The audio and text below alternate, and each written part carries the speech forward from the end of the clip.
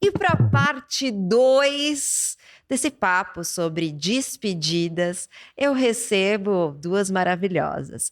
A Zingeri.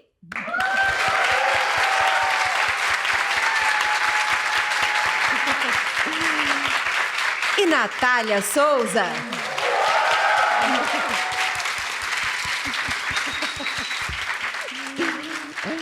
E na parte 2 a gente continua falando sobre esse lance de despedida. Se você não assistiu a parte 1, vai lá.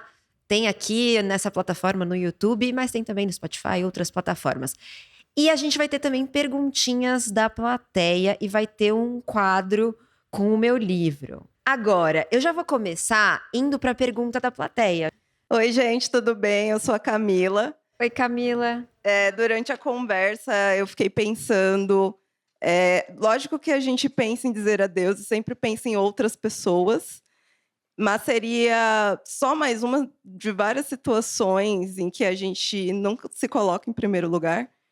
E então, a minha pergunta seria para vocês, será que a gente, quando sabe dizer adeus para nós mesmas e para as nossas várias versões que vão ficando pelo caminho, a partir do momento em que a gente vai crescendo e amadurecendo? Aí eu queria saber se vocês sabem responder isso, assim, ou se já pararam para pensar sobre isso. Eu já parei para pensar muitas vezes. Porque nós somos um pluriverso de possibilidades em nós mesmos, né?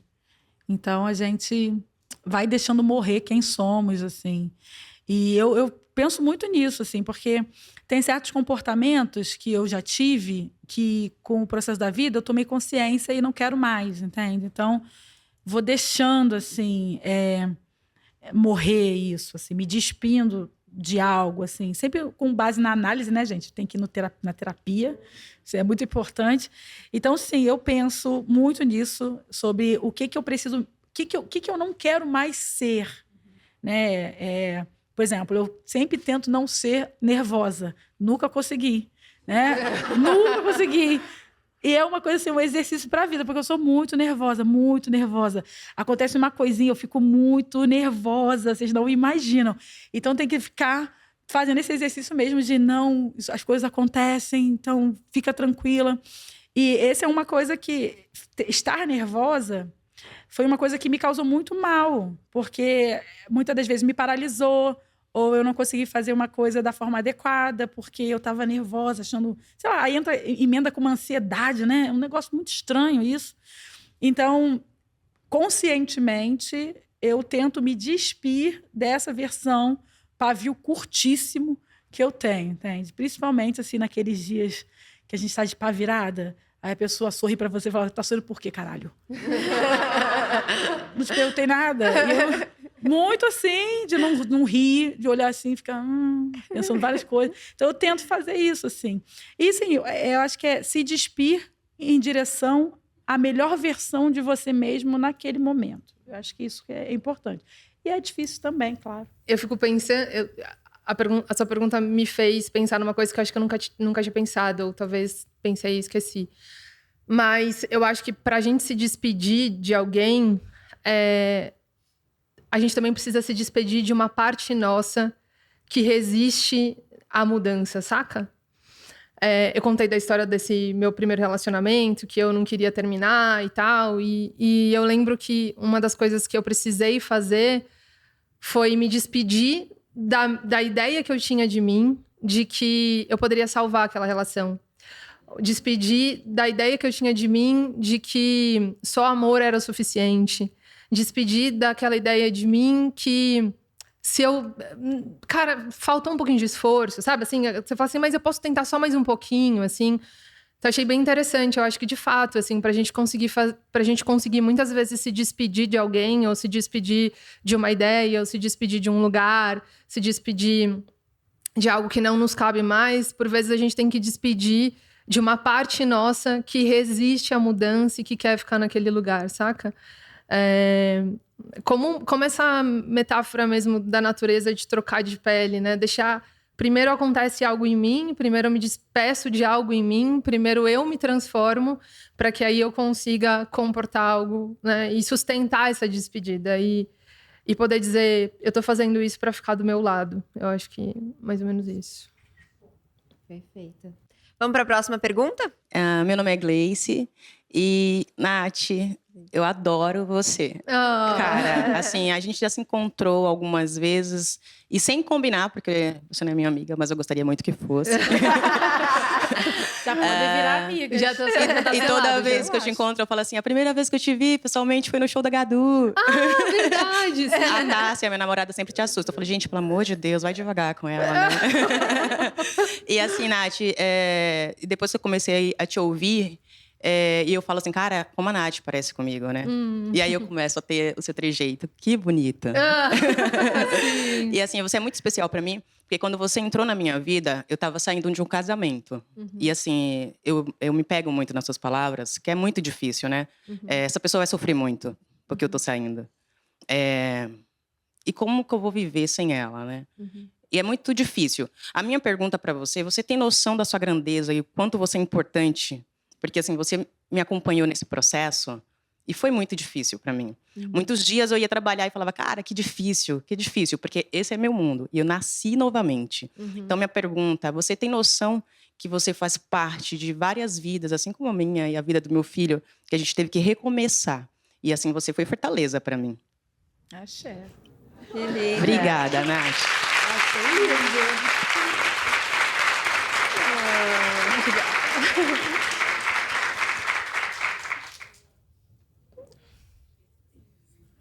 Oh, meu Deus.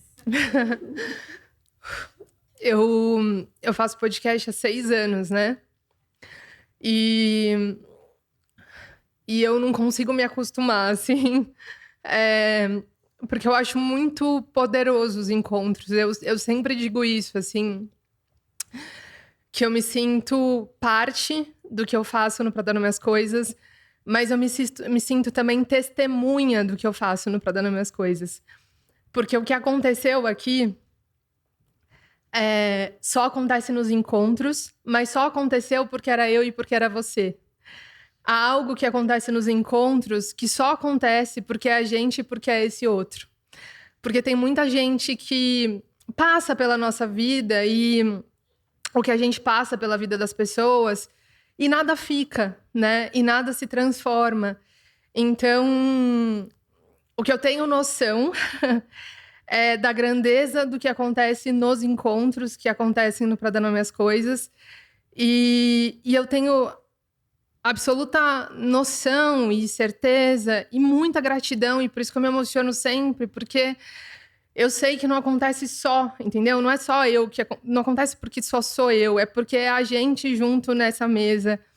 E é a gente disponível para o encontro, seja comigo falando, seja com você caminhando a partir do que tocou em você. E eu sou muito grata, na real. E eu acho que eu me emociono também, porque sempre quando eu escuto isso, eu olho para isso como algo tão grandioso que eu nem consigo segurar. Tipo assim, é tão maior do que eu, porque de fato não é só eu, né? Nunca é só eu. Então, Gleice, eu queria muito... Gleice é o nome de uma das minhas amigas de infância.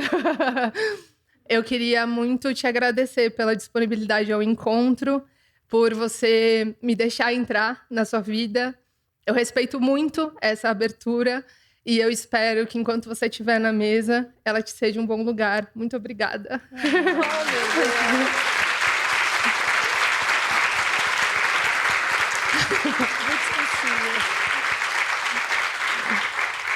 Coisa linda isso. Nossa. Pegando carona na história de Gleice, os términos, os fins, as separações, elas são esse momento em que a gente tem que se reconstruir, né? Eu tava contando no último episódio, quando eu terminei com a Júlia, depois de 1 ano de namoro, eu morri muito, assim, né? Me dilacerei, fiquei mal, muito mal. E ainda bem que voltamos. Mas são sempre esses momentos, né? A gente se redescobre depois de morrer. O que vocês já descobriram sobre vocês depois de um fim? Depois de uma despedida? Eu descobri que eu suporto. Assim, que a Elisama fala muito isso. Eu sou muito fã da Elisama, né? Quem me conhece sabe que eu sou fã da Elisama. Ela é maravilhosa. Nossa, sou muito fã. E isso é uma coisa que ela fala muito no livro dela, Conversas Corajosas, que é maravilhoso. E ela diz muito isso, que diante de uma conversa difícil, a gente precisa se lembrar que a gente suporta. E eu acho que é isso, assim, eu vim pra cá pensando em despedidas e eu acho que uma das coisas que eu mais aprendi com todas as despedidas, sejam elas que eu que causei, sejam elas que a vida causou, é que eu sempre atravesso, sabe? E aí, isso é bonito, assim. Eu não tô falando que a dor é bonita, e aí já falei pra vocês que eu tenho muita raiva das mortes todas, mas é muito bonito você ver o que acontece no seu corpo também, porque eu acho que vai crescer. Pra mim aconteceu isso, né? Foi nascendo uma certeza de que eu posso contar comigo. E pra mim hoje essa é a melhor definição de amor próprio também. A certeza de que eu posso contar comigo, sabe? De que, cara, apertou tudo aqui, sei lá, alguém muito especial foi embora, mas eu posso contar comigo e eu sei que eu dou conta de atravessar, eu sei que eu dou conta de suportar. Eu até tenho a palavra perseverança escrita no braço e eu tatuei perseverança numa época que a palavra resiliência estava muito em voga, assim, muito... Em voga não, em voga, eu usei o significado certo? Ah, tá. Então, a palavra resiliência estava muito popular. É que o em voga me pareceu uma coisa que ficou para trás. Não, é o que está atual. E a palavra resiliência estava muito popular. E aí eu olhei para os meus processos de despedida e eu falei, eu não sei se o que eu tenho é resiliência, porque não quer dizer, porque resiliência é você se esticar e voltar para o mesmo lugar. E eu acho que nenhuma despedida que eu tive me fez voltar para o mesmo lugar. Eu nunca saí igual do outro lado. Eu sempre me transformei do outro lado. Eu digo, por exemplo, que quando minha mãe faleceu, muita gente fala que nos processos de luto, a pessoa fala, nossa, é como se eu tivesse perdido um braço, ou uma perna, uma parte de mim. E eu digo, eu continuo inteira, mas eu acho que eu envelheci. Assim, algo em mim envelheceu, algo em mim se transformou. Então, eu não sou resiliente, mas eu sou perseverante. Isso quer dizer que eu continuo apesar de. E talvez isso, para mim, seja a melhor definição de amor próprio. Que eu sei que eu continuo apesar de. Eu posso contar comigo que eu vou continuar apesar de. Então, para mim, é um pouco disso. Esse negócio do envelhecer que você falou com os pais, assim, a morte, isso para mim também foi assim. Quando a minha mãe morreu, assim, a lucidez de que eu não tenho mais ninguém mais velho para recorrer, tipo, agora eu sou a mais velha para os meus filhos. Então isso abriu um vazio em mim, assim, muito profundo. Eu acho que não fechou. E tem a ver com essa maturidade, assim, tipo, a perda da minha mãe me envelheceu, assim, uns 10 anos. Muito, assim, de lidar e não ter mais... Porque mesmo que você não fale com a pessoa todo dia, você tem ali uma segurança maternal, né? Então, isso bateu muito em mim. Foi uma perda que me deixou envelhecida. E começaram a surgir meus primeiros cabelos brancos com a morte da minha mãe. Caramba. Foi assim. Foi muito impactante. Mas o que eu percebi ao longo da minha vida, que eu fui aperfeiçoando e aprendendo com as perdas e tal, é um pouco da resiliência, mas muito mais no lugar de foco. Eu sou uma pessoa absurdamente focada, focadíssima. E se eu boto uma meta, eu vou cumprir essa meta. Então, tipo, queria ir para Angola. 2 anos atrás, eu falei, eu vou para Angola e vou para Angola. E eu me movimentei para ir para Angola e fiquei 1 mês lá. Então, assim, foco, né? Então, eu tenho esse foco e eu começo a me organizar. Pode demorar 10 anos, mas eu começo a me organizar para que eu consiga ter os recursos para cumprir o seu foco, entende? Então, por exemplo, eu estou tentando reformar minha casa, que é de 1941, cano de ferro e um caos. O azulejo deve ser lindo. O azulejo é colado com óleo de baleia. Nossa! Nesse nível de casa. Porque casas de 1941 eram coladas com óleo de baleia. Caraca! E é uma relação de amor e ódio também, mas é uma herança, minha mãe que deixou para mim, etc. Assim, uma relação de amor e ódio. E aí, quando eu fui morar lá, que é isso, né? Saí de casa onde eu cresci, saí falando, eu nunca mais volto! Rebelde! E voltei, né? É isso também. Spoiler. E voltei. E sempre foi aquela coisa assim, sempre me incomodou muito a casa, porque ela é velha. E é uma casa velha, assim mesmo, uma casa de 41. E quando eu voltei, eu falei pro meu marido, falei, olha, beleza, a gente vai voltar, porque é melhor não morar de aluguel, a casa tá aí, vocês sabem, eu moro no Rio de Janeiro, se a casa ficar vazia, alguém vai invadir a sua casa. Entendam isso, casa vazia são invadidas e você depois perde sua casa. Eu não tô podendo perder casa, né? Então, decidimos morar lá para poder cuidar da casa. Mas eu entrei lá dizendo assim, tipo, eu não quero ficar com essa casa assim, porque lembra muito a minha mãe, o jeito dela, não, preciso mudar. Só que tem dinheiro? Não tem dinheiro, né? Então, eu fui por etapas, assim. Então, eu reformei primeiro, troquei todas as janelas. Todas as janelas, troquei tudo. Então, 1 ano eu troquei janelas. Aí, juntei dinheiro. Aí, troquei a sala. Aí troquei o meu quarto. Aí depois troquei o quarto da minha filha. E nesse momento eu estou reformando o primeiro banheiro. Falta o segundo, falta a área, falta um monte de coisa. Então é uma questão de foco, porque reforma, você acha que vai custar 10 mil, mas vai custar 50. É isso mesmo. Ele vai falar, não, eu vou terminar essa obra em 2 semanas. Corta para 3 meses depois, tudo quebrado, né? Então, eu acho que se eu não tivesse o foco mesmo, de tipo, eu não vou gastar o dinheiro com isso, porque eu quero meu porcelanato brilhante no chão. Então, eu vou juntar. Então, e essa experiência da minha casa atual, ela é muito forte no quanto eu sou focada. Quanto eu sou focada, porque tipo, eu preciso terminar essa reforma e eu deixo de fazer coisas para juntar o dinheiro, para reformar, sabendo que eu não posso, igual uma colega minha de trabalho, gente, bem nascida, quando eu estava trocando o piso da minha casa, eu falei assim, tô trocando o piso, tá muito barulho, porque eu troquei o piso com todo mundo morando dentro, né? É isso.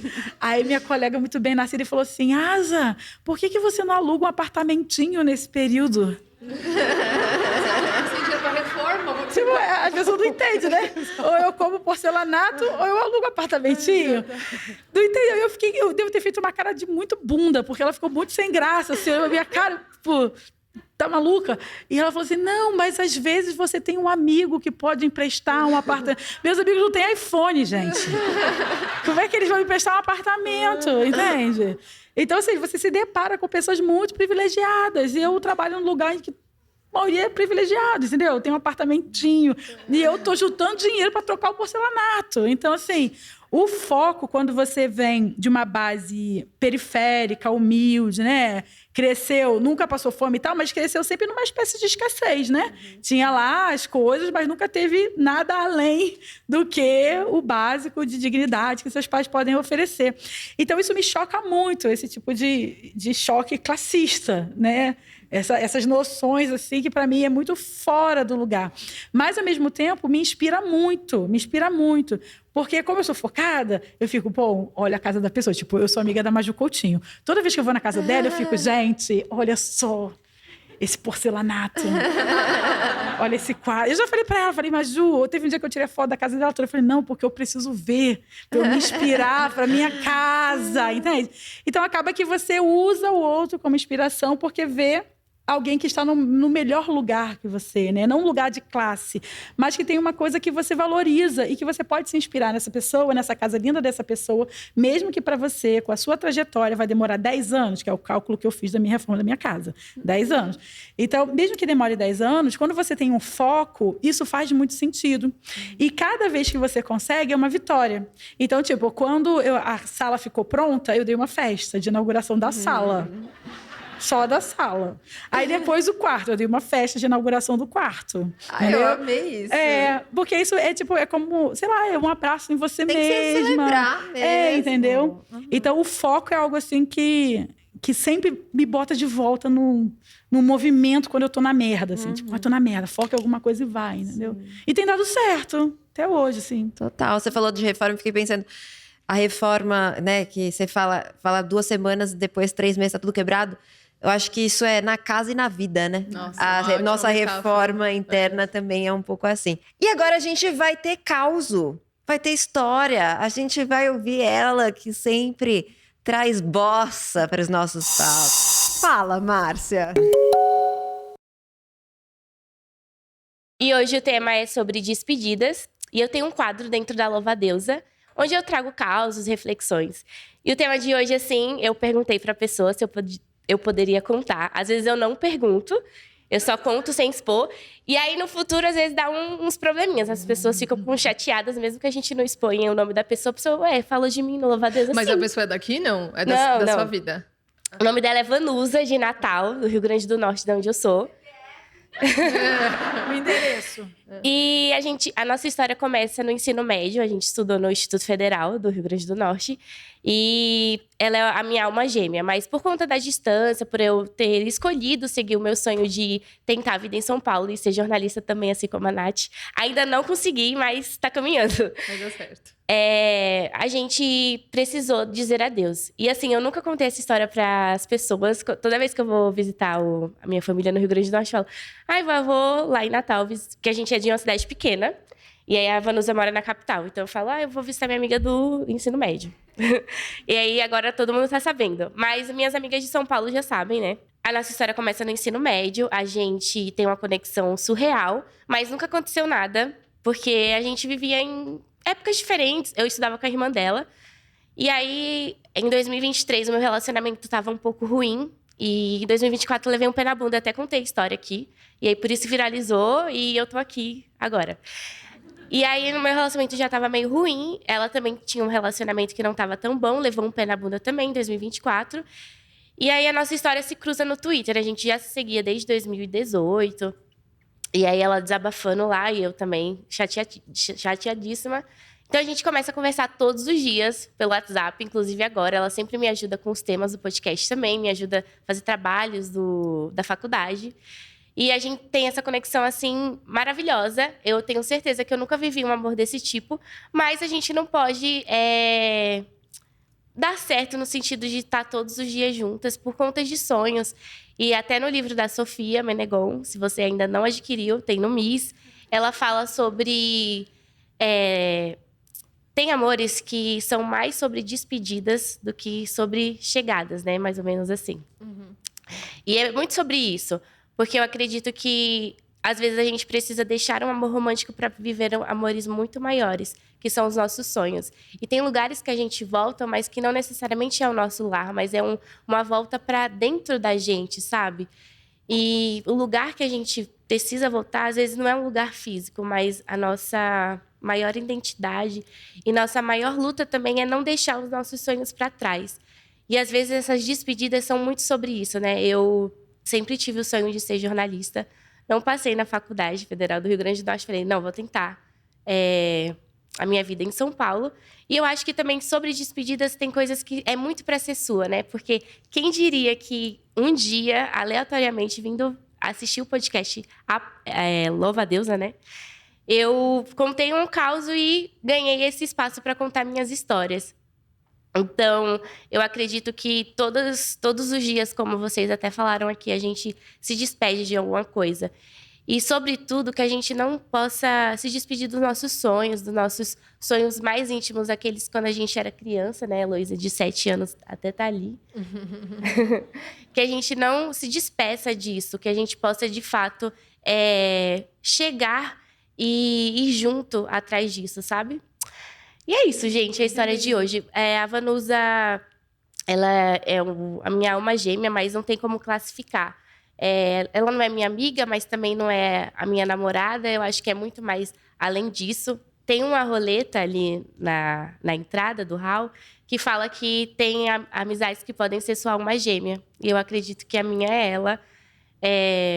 Acho que futuramente, quem sabe, se um dia eu voltar ou conquistar esse meu sonho, posso viver a minha velhice ao lado dela, né? Que lindo! E é isso, gente, a história de hoje. Estamos todos torcendo por vocês. Obrigada. Vocês sonham em envelhecer do lado de alguém? Ah, sim. Tipo, tem esse... Sou casada há Você 10 é casada há anos, 10 anos, né? E a gente ainda casou na macumba, então... Então... Um negócio, assim, amarradíssimo. Eu gosto também dessa Eu acho ideia. bonito também. Eu acho um sonho bonito, eu acho um plano bonito, eu acho bonito você poder sonhar e poder se... Acho que tem uma parada das relações longas que eu acho muito bonita também, que você não é a mesma pessoa, né? Tô com a Mã, eu e a Mã, a gente faz 6 anos esse ano. a gente não é a mesma pessoa do primeiro encontro, não é a primeira pessoa, não somos as mesmas pessoas do segundo ano de namoro, nem a do terceiro ano. Muita coisa aconteceu. Eu mudei, ela mudou, e esse reencontro, né, é muito bonito. Sabe que teve uma vez que eu vou fazer um retiro, precisava de silêncio, precisava me afastar, enfim, precisava me centrar de novo, e queria ir para um lugar que ninguém me conhecia. Eu nem tinha podcast, nada disso, assim, né? Mas eu queria ir para um lugar assim que eu não tivesse ninguém conhecido e que ninguém me conhecesse, enfim. Aí eu fui para um retiro. E aí teve uma moça lá que participava do retiro, que ela falou que ela era casada. Ela era casada há muitos anos, e eu vou chutar, não sei se era isso, mas era tipo 40 anos, né? 45 anos. E ela falou que ela tinha um combinado com um parceiro dela, que a cada 6 meses eles se perguntavam conscientemente. Porque, querendo ou não, diariamente a gente se pergunta, né? Será que eu ainda quero estar com essa pessoa? Será que eu não quero? Enfim. Mas que eles tinham uma conversa marcada a cada 6 meses para se perguntar se ainda quer ficar nessa relação. Será que eu quero ficar nessa relação? E eu achei isso muito bonito, né? Porque é isso, né? Você vai dizendo muito sim, você vai mudando, você vai falando, cara, será que ainda faz sentido essa relação pra mim? Será que essa pessoa ainda faz sentido? Por que eu quero ficar nessa relação, né? E eu acho relações longas muito bonitas. Eu sei que nesse tempo é meio cafona e brega pra muita gente, mas eu acho bonito demais. Acho mesmo. Eu também gosto muito. O relacionamento tem a ver com subir a montanha da vida, né? Eu já te falei isso, né? Falou. Então, inclusive, esse episódio também tá muito lindo.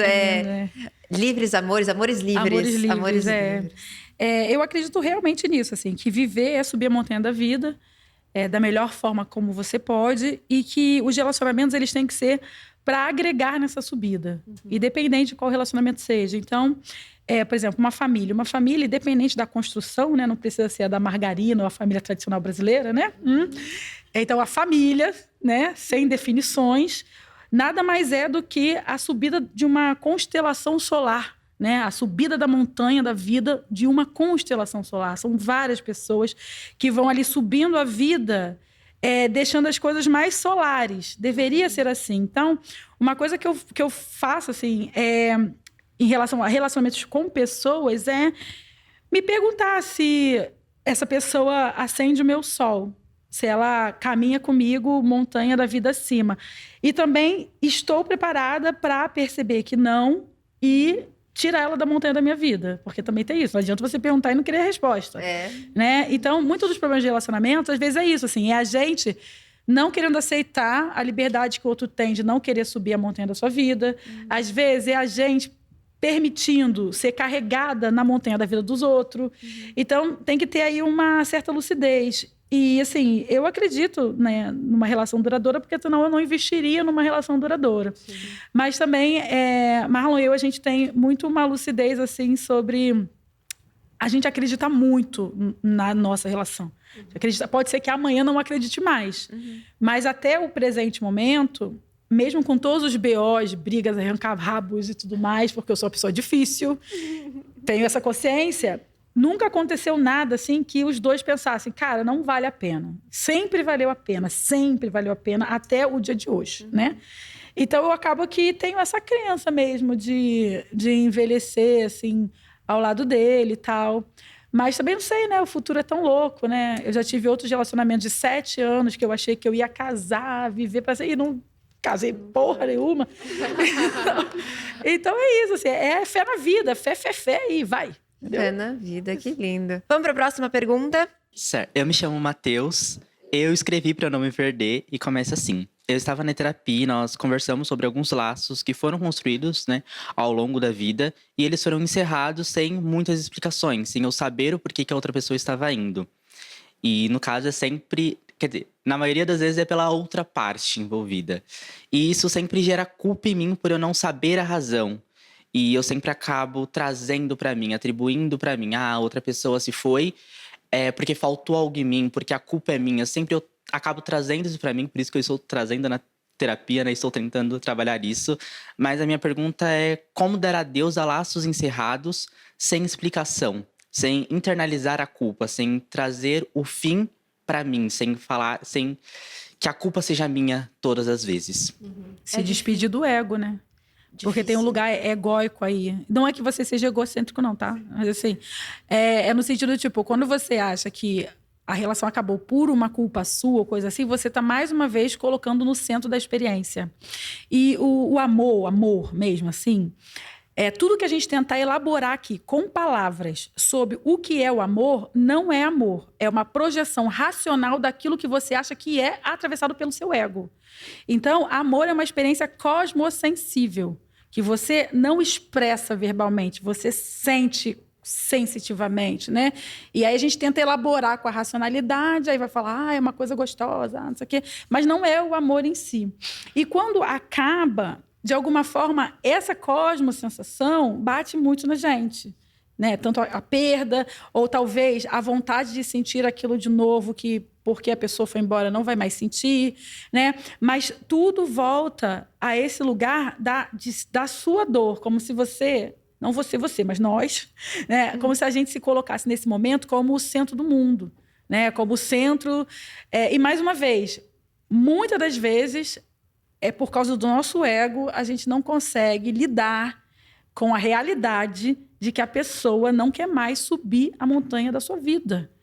Isso é muito difícil, porque nós somos maravilhosos, né? Quem não quer casar comigo? Né? É um negócio, é isso, né? Então, assim, como assim? Eu tão maravilhosa, linda, esplendorosa, cheirosa, entendeu? Como é que fulano está me deixando? Como é que ele não percebe o quanto eu sou plena e perfeita? Isso é ego, é você se colocar no centro e não saber lidar com o centro do outro, né? Porque é isso, né? Todo mundo tem um centro e todo mundo deveria ter uma autoagência, né? Então a gente deveria viver na centralidade da nossa própria agenda, para que a gente não caia nas agendas alheias, né? E viva pela metade. E uma última coisa, eu acho que também passa pelo sentimento do medo, né? O medo da solidão, né? O medo de ficar com vergonha de falar que fracassou. A gente até falou do fracasso, o relacionamento fracassou, isso também está no lugar do medo. Só que quem vive com medo, vive pela metade.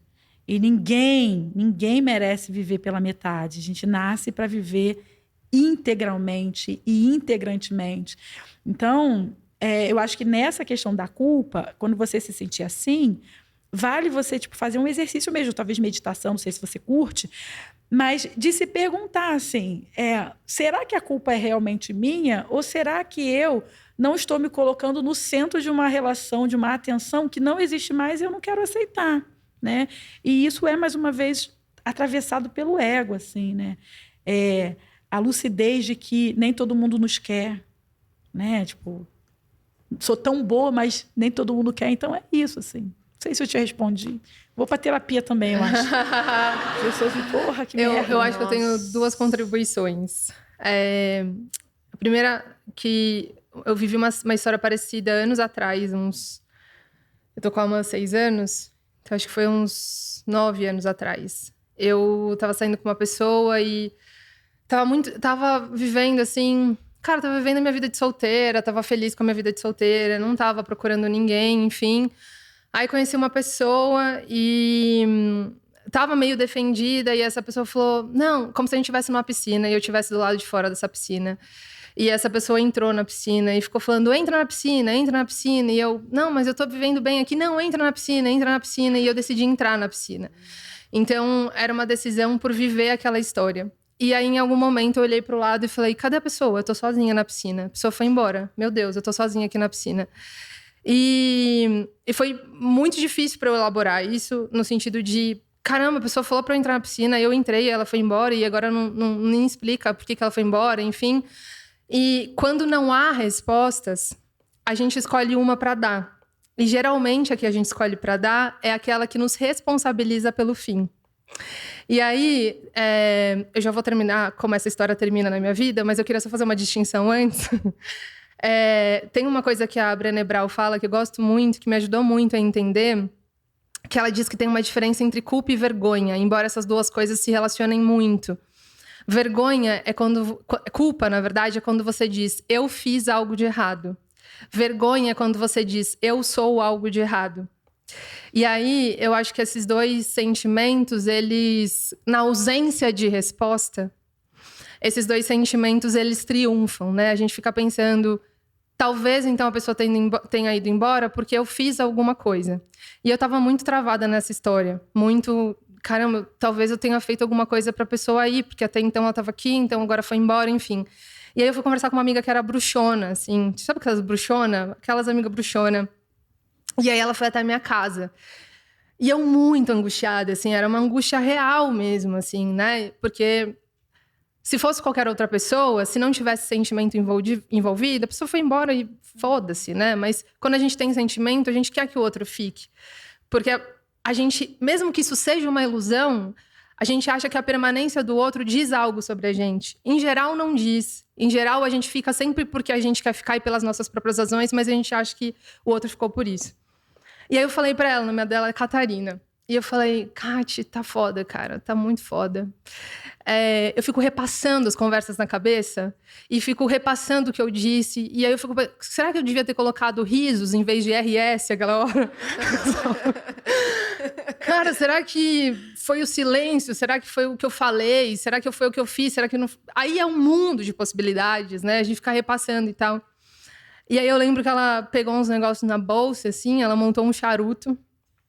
Aí ela deu uma tragada no charuto dela e ela olhou bem no meu olho e disse, Nath, nem tudo é sobre você. E eu trago essa frase até hoje comigo, assim, porque eu acho que na ausência de respostas, pra gente... não, eu tô falando a gente porque sou eu também, todos os seres humanos, a gente lida muito mal com a ausência de respostas, né? Com fins de histórias que não têm fins. E aí a gente precisa de uma narrativa para encerrar essa história. E aí a gente encerra essa história com o que a gente tem de narrativa, né? Então, assim, a gente vai pegando coisas que a gente falou e falando, acho que foi por isso. E, na verdade, é só uma tentativa de explicar o que não tem explicação. Porque, no fim, por que essa pessoa foi embora, só ela pode dizer. E, às vezes, o motivo pelo qual essa pessoa foi embora não tem absolutamente nada a ver com a gente. Ou tem a ver com disponibilidade. Eu vou contar uma última história muito rápida. Teve uma vez que também conheci uma pessoa e tal... E estava muito apaixonada, assim. A gente tinha se conhecido online e tal. E aí eu falava, cara, eu quero muito encontrar essa pessoa. Quero muito encontrar. E a pessoa nunca podia, assim, né? Era um sinal claro, mas eu não tinha percebido. Eu não tinha percebido. A pessoa morava em outro estado. E eu achava que era por isso, assim, né? Enfim. E aí eu ficava... E aí depois que uma moça veio de Manaus pro lançamento do livro, eu percebi que era realmente uma desculpa. Realmente. Aí eu ficava... então tá bom, né? Então... E na época eu trabalhava de fim de semana e a gente foi levando até uma vez que eu falei, cara, eu quero te ver. Então eu vou comprar uma passagem e eu vou pra Minas. A pessoa era de Minas Gerais. Aí a pessoa falou, não, sabe o que é? Porque nesse dia eu não vou estar em casa. E aí arranjou... Aí eu falei assim, não, puta, aí é desculpa, né, cara? Eu tô me dispondo a correr não sei quantos quilômetros pra encontrar a pessoa e a pessoa não pode, então realmente é uma desculpa. E eu lembro que o que me fez ir embora desse encontro porque eu ficava assim, mas por que será que a pessoa não quer, né? Pô, cara, eu tô indo lá, né, tal. E aí eu conversei comigo mesma e disse, Natália, não importa se essa pessoa não pode se relacionar com você por questões emocionais, psíquicas, psicológicas. Não importa se essa pessoa não consegue, se ela até quer se relacionar, mas ela não consegue. Ou se essa pessoa não pode. Não importa se ela não quer, se ela não consegue, ela não pode. O que eu tenho aqui na minha frente é uma indisponibilidade. Ela não está aqui. Então, eu preciso ir embora porque ela não está aqui. Enfim, fiz um poporri de histórias, mas para dizer que nada é mais tentador para a gente construir histórias do que o vazio. E a gente sempre vai construir em cima do vazio a partir do que a gente tem na mão, que é o nosso repertório. Só que a gente sempre está respondendo a história a partir do nosso repertório e não a partir do outro. Na verdade, isso que eu queria dizer, que a única pessoa que poderia dizer o porquê ela foi embora é essa própria pessoa. E talvez ela te diga a verdade, talvez ela não diga a verdade, talvez ela nem saiba por que foi embora. Porque às vezes a gente vai embora ou fica por razões que a gente mesmo desconhece, né? Quantas vezes eu fui embora por razões que nem eu sabia. Então, talvez acho que um caminho é distinguir a culpa da vergonha e se perguntar com curiosidade, né? Por que quando alguém vai embora eu sinto culpa? O que será que eu acho que eu faço de errado, né? E aí eu acho que como último lembrete, se a sua resposta for um pouco parecida com a resposta que eu já dei, que é talvez eu seja um pouco errada, assim, talvez eu seja um pouco demais, talvez eu acho que eu falo muito, ou às vezes falo menos, ou, sei lá, talvez eu não seja adequada, talvez essa seja a sua resposta para ir embora também, né? Porque tudo que a gente pode oferecer é a nossa verdade, é quem a gente é. E se isso não é o suficiente para o outro, então, certamente, se essa pessoa ficasse, não seria o suficiente para você. Acho que é isso. É isso mesmo.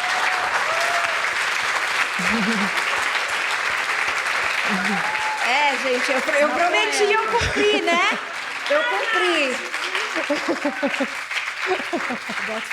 Prometi que ia ser um encontro, que ninguém ia sair igual, e eu cumpri. Olha só, agora a gente vai pro quadro Amor o Próprio. Ui, amo.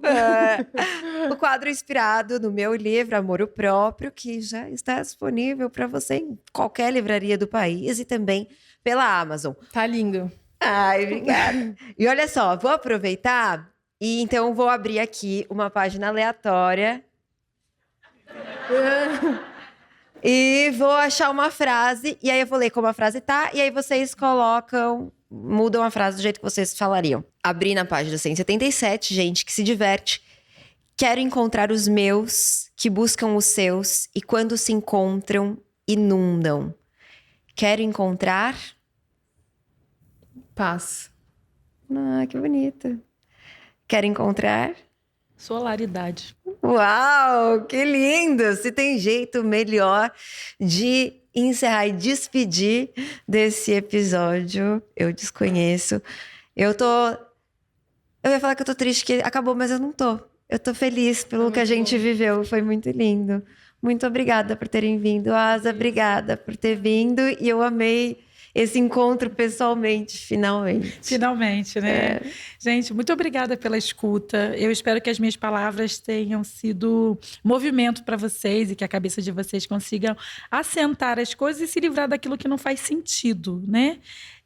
Agradecer também a disponibilidade, né? O movimento. Minha também, né? Porque eu peguei o voo hoje 6 horas da manhã e vou pegar o voo daqui a pouco para voltar para casa. Eu vim do Rio só para estar aqui e vou voltar hoje mesmo para casa. Então, Gratidão. foi muito prazeroso. Obrigada também. Vida longa ao podcast. Nath, muito obrigada. A Nath, que é best-seller. Ui! Tá? Achei chique. Obrigada a você, Sophie. Fico emocionada de novo. É a minha última emoção do dia. A gente se vê no próximo episódio. Até lá.